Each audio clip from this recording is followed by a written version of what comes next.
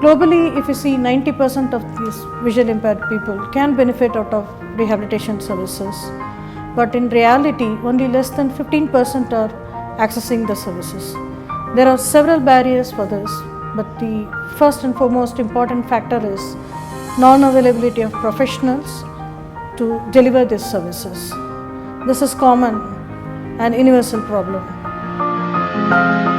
People who step into the scope of low vision, into that category of low vision, are left without anything.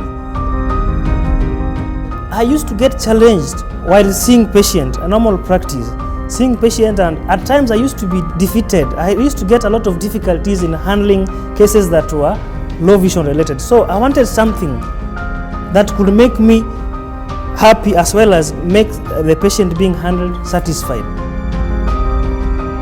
What happens to these few people who you can't do completely anything, or they can't rely solely on the medication and the surgery?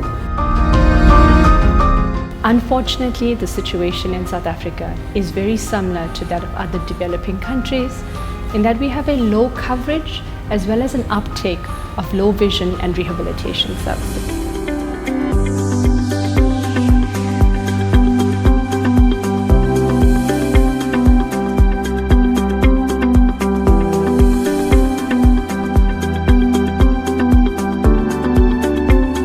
This has been part of a long program that the International Agency for Prevention of Blindness, IAPB, Low Vision Working Group, initiated quite a few years ago in developing a training course for what we called national focal persons. But just a while ago, we decided that there needed to be a new program that people not just responsible for services within their own countries, but to have regional trainers.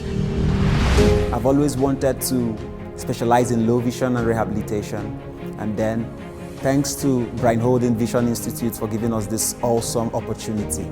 We've been taught and facilitated by very resourceful people for these 3 months. We did not just stop at the exposure at the tertiary center, we also had exposures at the secondary and primary centers. Low vision is beyond the optical devices. There is so much in rehabilitation. I will go back and enhance the teaching of low vision and see how we can generate more practitioners for a vast population as Nigeria. And then I hope I would also be very resourceful beyond Nigeria, across Africa. Back in South Africa, we have a population of 58 million, and of those, the prevalence of blindness is 0.85%, and a further 2.45% are affected with vision impairment. Close to 320,000 people and a further 950,000 people are affected with blindness and visual impairment respectively.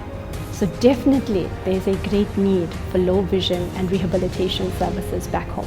At the end of the day, instead of telling someone that medication won't help you, glasses won't help you, surgery won't improve your quality of life, at least as low vision practitioners and rehabilitation practitioners, we're able to provide them with a normal way of life to make sure that they live normally and they try to fit into the society.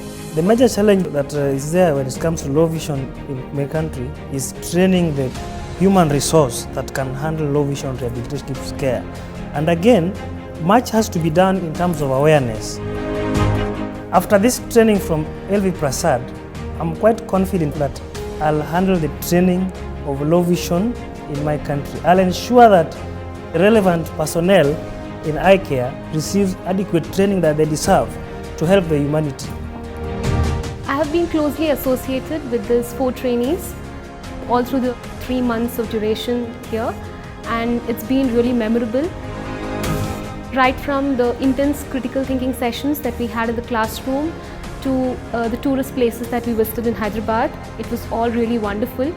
The 3 things that caught my attention: their willingness to learn new things, their motivation and passion to practice low vision rehabilitative care back in their places, and above all, their out-of-the-box thinking for planning and implementation of these services. So we are very glad with the collaboration of IABB and Brien Holden Vision Institute.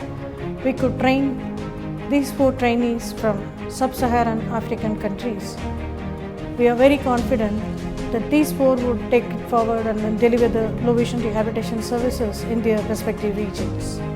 And we are highly motivated to conduct such similar programs for regions from other places as well, so that all the needy can benefit and their quality of life can be improved. Hopefully, we will be running this course in future years in different regions of the world.